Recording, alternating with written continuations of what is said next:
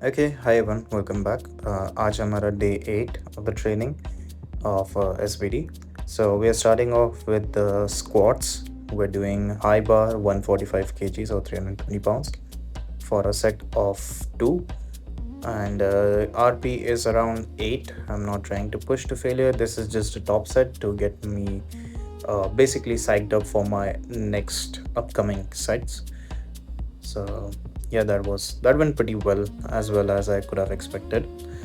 And so this is our second working set. So we're using 300 pounds, 135 kgs. So those sets for 4 reps each. And I think I've hit pretty good depth. I think I'll use knee sleeves for the next session from the next squat sessions, just so I think it will kind of cap me to a limit of depth, which might be useful in terms of powerlifting, but I think it will be useful regardless. So yes, I think I'm using too much depth, to be honest. I think it makes my hips shoot a little bit, which might be a technique problem, which I'll look into it as well. So yeah, this is the second set with 135 kgs, and then we're doing low bar just to get more practice session in. Basically, I'm using 120 kgs, which is not much, to 165 pounds. I'm just trying to get the technique down with these two sets, and also some quality volume for both quads and hips, and not hamstrings, obviously.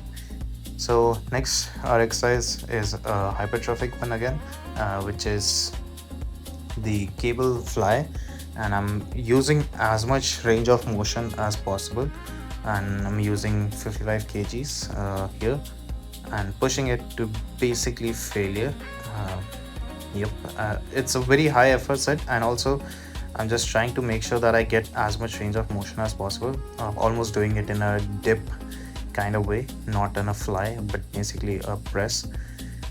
This is Meadows row, our third exercise on the list, which is pretty underrated, I would say. It's a one-handed ones. You basically stand perpendicular to the bar on a T-bar attachment, basically, and you just lift it from the tip of the bar.